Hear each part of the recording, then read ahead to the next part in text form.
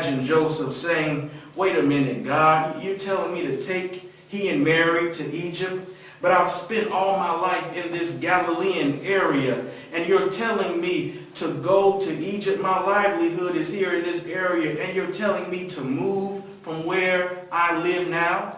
In other words, God is telling Joseph to get he and his family out of their comfort zone and go to a place that they have never been before because someone is trying to destroy their family. Sometimes God will lead us outside of our comfort zones in order to serve him better.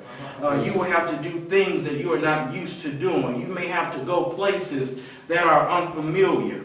In your new year, 2010, you may have to go to some places that are unfamiliar, some unfamiliar territory God will lead you to. But God says, get out of your comfort zones because someone is trying to destroy your son. Herod has a policy in place here where he says, leave no child behind, leave no male child behind. Herod wants to destroy Jesus. But here we have Joseph who recognizes that I have to move outside of my comfort zone. But look at the itinerary that God sets up with Joseph and his family.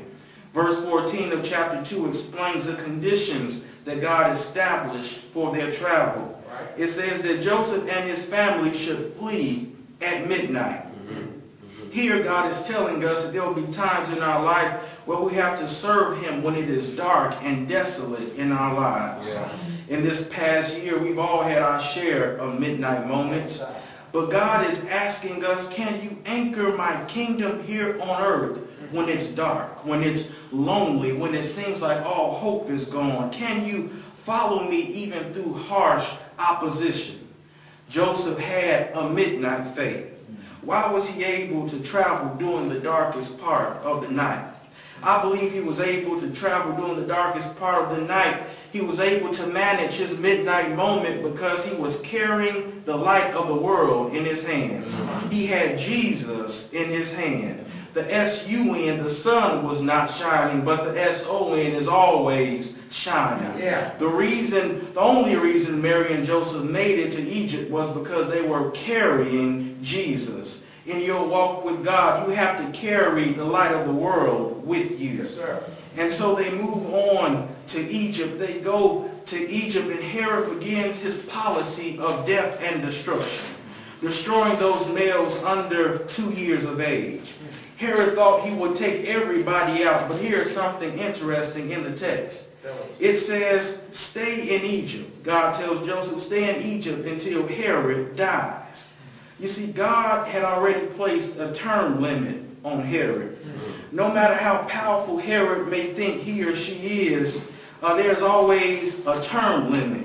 Because eventually someone is either going to expire or they will eventually get kicked out. You see, there are individuals like Caesar, Joseph Stalin, Adolf Hitler, and the Liberian leader Charles Taylor, who thought that they were leader or dictator for life. But God says, no, I will place term limits on your leadership. I will place a timetable on your leadership because it will not last always. But here's an interesting part. When Joseph decides to move back from Egypt to their original location in Nazareth, there is another Herod still in power. And if we fast forward to the death of Jesus on Calvary, there's a Herod there as well. I want to let you know that just because Herod dies on Monday, that doesn't mean that there won't be another Herod on Tuesday. Because Herods keep on coming. Herods keep on developing. Herods keep on evolving. But for every Herod in our life, God challenges us to stand firm on his promises.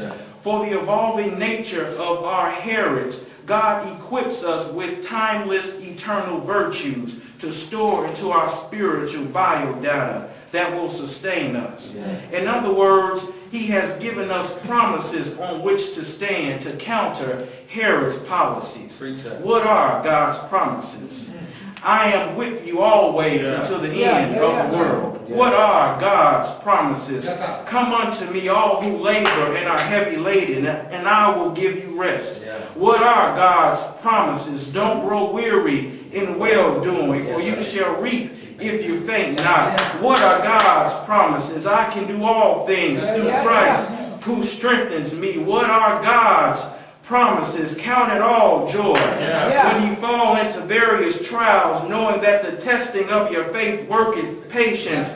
What are God's promises? I can do all things through Christ who strengthens me. What are God's promises? Greater is he that is within me than he that is within the world. Glory, hallelujah. I can stand on the promises of God.